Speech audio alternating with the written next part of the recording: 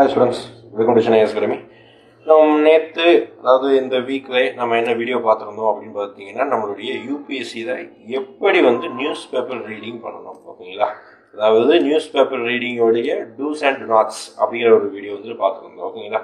என்ன நியூஸ் எல்லாம் ஒமிட் பண்ணணும், என்ன நியூஸ் எல்லாம் ஒமிட் பண்ணக்கூடாது, இம்பார்ட்டன்ட் எடிட்டோரியல் நியூஸ் ஒமிட் பண்ணணும், அதுக்கப்புறம் பார்த்துக்கிட்டிங்கன்னா எக்கனாமிக் நியூஸில் எதை ஒமிட் பண்ணணும், அப்புறம் எல்லா நியூஸ் பேப்பர் கூட எல்லா பேஜஸும் நம்ம படிக்க வேணாம். இது எல்லா நியூஸ் இது எல்லா விஷயத்தையும் நம்ம லாஸ்ட் வீடியோ பார்த்துக்கணும். லாஸ்ட் வீடியோ பார்க்காதவங்க நம்மளோட சேனலில் போயிட்டு அந்த வீடியோ பார்த்துக்கோங்க.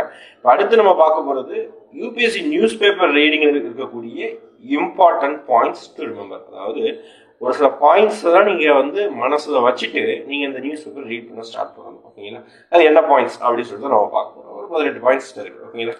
என்ன பாயிண்ட்ஸ் அப்படின்னு பார்க்கும்போது ஃபர்ஸ்ட் ஓகேங்களா, by heart your main syllabus ஞாபகம் வச்சுக்கோங்க. ஓகே, ரொம்ப முக்கியமான ஒரு பாயிண்ட்.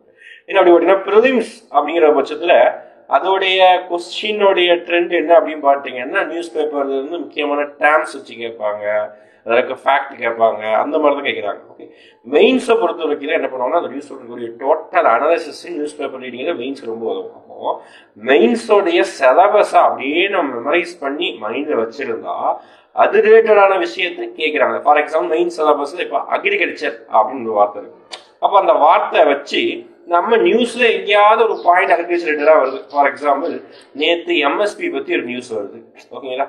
அப்போ என்ன படிக்கணும், கண்டிப்பாக எம்எஸ்பி பற்றி நம்ம டீட்டெயிலாக படிக்கணும். ஓகே, ஏன் எம்எஸ்பி டபுள் பண்ணலாமா, எம்எஸ்பி டபுள் பண்ணுறது மூலமாக இன்ஃப்ளேஷன் கூடுமா குறையுமா, இந்த எல்லா விஷயத்தையும் அக்ரிகல்ச்சர் டாபிக்கோட ரிலேட் பண்ணலாம் ஓகேங்களா. அப்போ சிலபஸ் மெயின் சிலபஸை நம்ம மெமரைஸ் பண்ணிட்டா என்ன பண்ணிக்கலாம் அப்படின்னு பார்த்தீங்கன்னா இந்த மாதிரி டாபிக் மட்டும் படிக்க ஸ்டார்ட் பண்ணலாம். ஓகே, ஒரு சில டாபிக் வரலன்னா அதை ஒமிட் பண்ணலாம். அதுக்காக தான் என்ன சொல்றேன், first point by heart main syllabus அப்படின்னு சொல்லியிருக்கோம். ஓகே, அடுத்து keywords to follow and recollect news ஓகேங்களா. அதாவது ஒரு சில நியூஸ் கீவேர்ட்ஸ் இருக்கும். ஓகே, அந்த கீவேர்ட்ஸை ஃபாலோ பண்ணிட்டு நீங்க ரீகலெக்ட் அந்த நியூஸுக்கு ரீகலெக்ட் பண்ணுங்க. ஃபார் எக்ஸாம்பிள் அதே எம்எஸ்பி இருக்கும், எம்எஸ்பி பற்றி ஒரு 2-3 காலம் வருது வச்சுக்கோங்க ஓகேங்களா.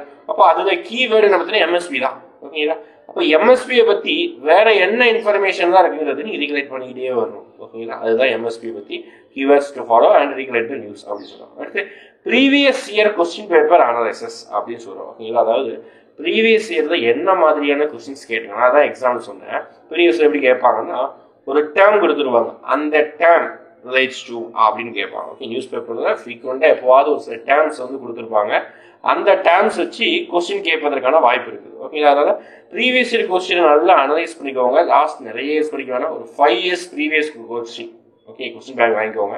5 இயர்ஸ்க்கு ப்ரீவியஸ் கொஸ்டின் வாசிக்க ரீட் பண்ணுங்க. ஓகே, எப்படி கொஸ்டின் கேட்டிருக்காங்க, அவருடைய பேட்டர்ன் என்ன மாதிரி எல்லாம் மாறிட்டே வந்துருக்கு, இந்த வருஷம் கொஸ்டின் பேப்பர் பாருங்க என்ன சேஞ்ச் ஆயிருக்கு, கரண்ட் அஃபேர்ஸ் எப்படி கேட்டிருக்காங்க, இது எல்லா விஷயத்தையும் previous year question paper analyse பண்ணி படிச்சுங்க. அடுத்து relate article, constitution, socio economic issues and science and tech news. அதாவது சப்ஜெக்டோட ரிலேட் ஆகக்கூடிய நம்ம பாலிட்டியோட ரிலேட் ஆகும். ஃபார் எக்ஸாம்பிள் வச்சுக்கோங்க ஓகே. அதாவது எங்கேயாவது ஒரு இடத்துல எங்கேயாவது ஒரு ஸ்டேட்ல ஒரு எம்எல்ஏ ஒரு கட்சியிலேருந்து இன்னொரு கட்சிக்கு தாவிருக்காங்க வச்சுக்கோங்க ஓகேங்களா.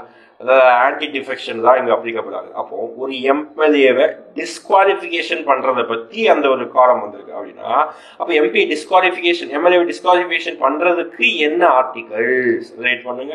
அப்போ எம்எல்ஏ எம்பிஸை டிஸ்குவாலிஃபிகேஷன் பண்றதுக்கு கான்ஸ்டியூஷன்ல எந்த ஷெட்யூல் அலோவ் பண்ணுது லிங்க் பண்ணுங்க. அப்புறம் ஏதாவது சோஷியோ எக்கனாமிக் இஷ்யூஸ் சம்பந்தமா ஏதாவது வருதா அதை பாருங்க. ஃபார் எக்ஸாம்பிள் பாவர்ட்டி பத்தி ஓகேங்களா, அப்புறம் இல்லிட்ரஸி பத்தி ஏதாவது டேட்டாஸ் வருதா அதை சப்ஜெக்டோட லிங்க் பண்ணுங்க. சயின்ஸ் அண்ட் டெக் நியூஸ் ரீசெண்டாக கூட ஐஎஸ்ஆரோட என்னென்ன லான்ச் பண்ணியிருக்காங்க எல்லா விஷயத்தையும் ரிலேட் பண்ணி படிங்க சப்ஜெக்டோட ஓகேவா. Next 4 points. அடுத்து relate the news to subject. அதான் ஒரு நியூஸா பார்க்காம அது ஒரு சப்ஜெக்டோட ரிலேட் பண்ணுங்க. அதுதான் ஓகே. தனியொருவன் படத்துல ஜெயமொழி ஒரு டைலாக் சொல்லியிருப்பாரு ஓகேங்களா. நான் டெய்லி நியூஸ் பேப்பர் படிச்சுட்டே இருப்பேன். ஒரு கட்டத்தில் எனக்கு 4வது பேஜ் இருக்கக்கூடிய நியூஸும் முதல் பேஜ் இருக்கக்கூடிய நியூஸும் எனக்கு கனெக்ட் ஆக ஆரம்பிச்சது. அதோட அர்த்தம் புரிய ஆரம்பிச்சது. ஓகே, இந்த இன்சிடென்ட் அதனாலதான் இந்த இன்சிடென்ட் சொல்லிட்டு எனக்கு புரிய ஆரம்பிச்சு. இதுதான் ரிலேட். ஓகே, எப்படி அதே மாதிரி நம்ம அந்த நியூஸை என்ன பண்ணணும் அப்படின்னு பார்த்தீங்கன்னா சப்ஜெக்டோட ரிலேட் பண்ணணும். அடுத்து organisation, world related news and the more important India's view on every news. அதாவது உலக அளவில் ஏதாவது பெரிய இஷ்யூ நடக்கும். For example world related news பாருங்க, உக்ரைன் ரஷ்யா வார் நடக்குது.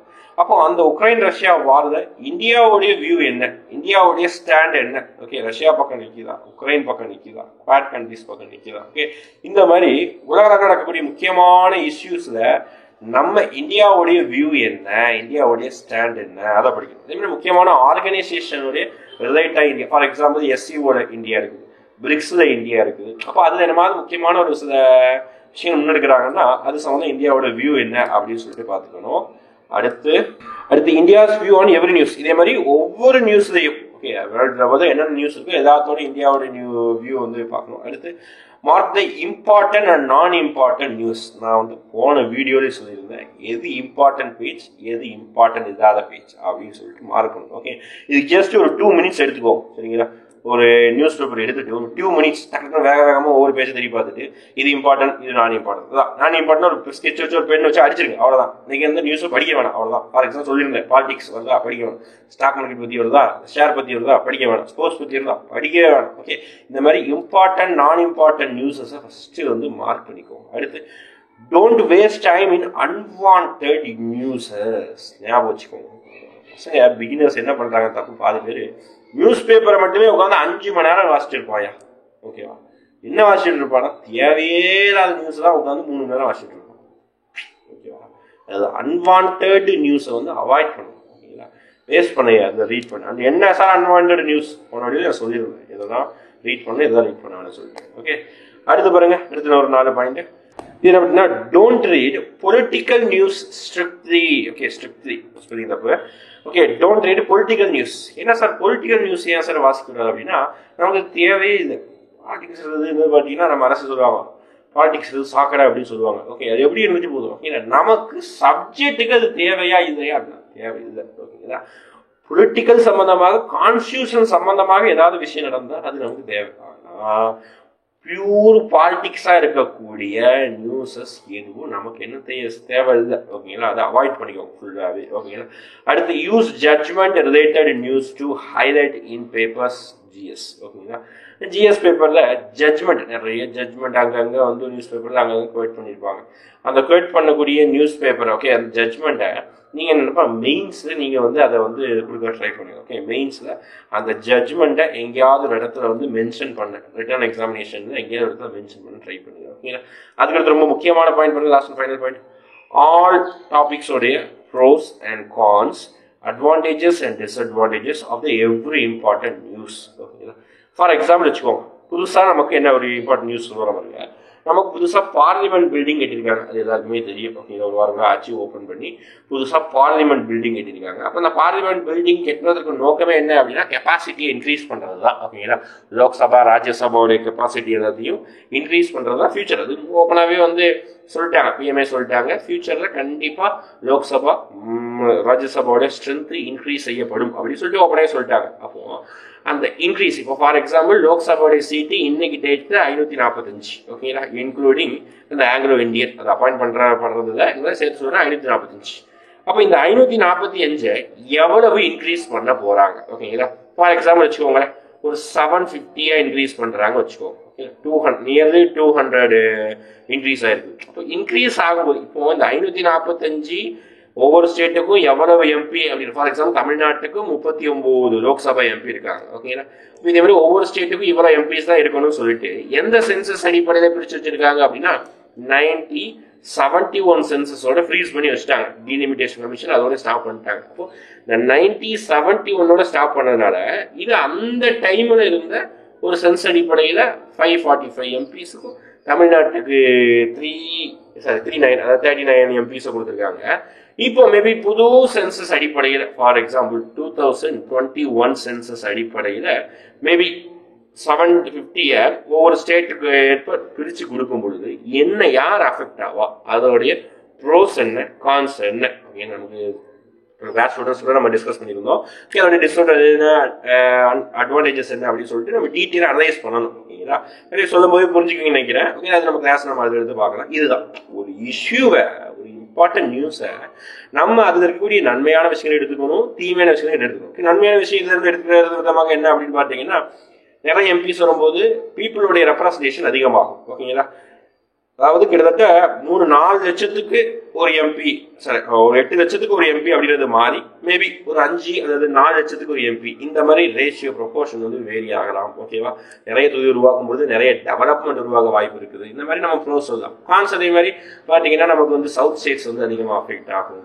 ஓகேங்களா? ஆல்ரெடியே வந்து லோக்சபாவில் நிறைய எம்பிஸுக்கு வந்து அதுவும் மெயினாக ஆப்போசிஷன் பார்ட்டி எம்பிஸுக்கு வந்து பேசுறதுக்கு டைமிங்கே இல்லாத மாதிரி சுச்சுவேஷன் இருக்குது. இப்போ மேலும் இந்த மாதிரி இன்க்ரீஸ் பண்ணும்போது ஃபுல்லி என்ன ஆகும் அப்படின்னு பார்த்தீங்கன்னா ஆப்போசிஷன் பார்ட்டி வந்து பேச முடியாத அளவுக்கு ஆகலாம். ஓகேவா? அதே மாதிரி நார்த் இந்தியனுடைய ஓட் பேங்கை வச்சு மட்டுமே ஒரு கட்சி வந்து சென்ட்ரல் கவர்மெண்ட் ஆட்சி அமைக்கிற மாதிரி சுச்சுவேஷன் மாறலாம். ஓகே, அப்போ இதெல்லாம் யோசிச்சு தான் நம்ம என்ன செய்யணும் அப்படின்னு பார்த்தீங்கன்னா ஒவ்வொரு விஷயத்தோட ப்ரோஸ் அண்ட் கான்ஸ் வந்து டீட்டெயிலாக வந்து டிஸ்கஸ் பண்ணணும். சரிங்களா? இதுதான் வந்து என்ன சொல்கிறாங்க அப்படின்னு பார்த்தீங்கன்னா நம்மளுடைய இம்பார்ட்டன்ட் பாயிண்ட்ஸ் டு ரிமெம்பர் அப்படிங்கிற நம்ம பார்க்கலாம். ஓகே, அடுத்த வீடியோவில் நம்ம என்ன டீட்டெயிலாக பார்க்கலாம் அப்படின்னா நியூஸ் பேப்பர் காமிச்சிட்டு அது நியூஸ் பேப்பர் படிச்சுட்டு அதை எப்படி நம்ம நோட்ஸ் மேக்கிங் பண்ணலாம் அப்படின்னு சொல்லிட்டு நம்ம அடுத்த வீடியோவில் பார்க்கலாம். ஓகே, கண்டினியூஸ் நம்ம சேனலை வாட்ச் பண்ணிட்டு இருக்கீங்க. தேங்க்யூ.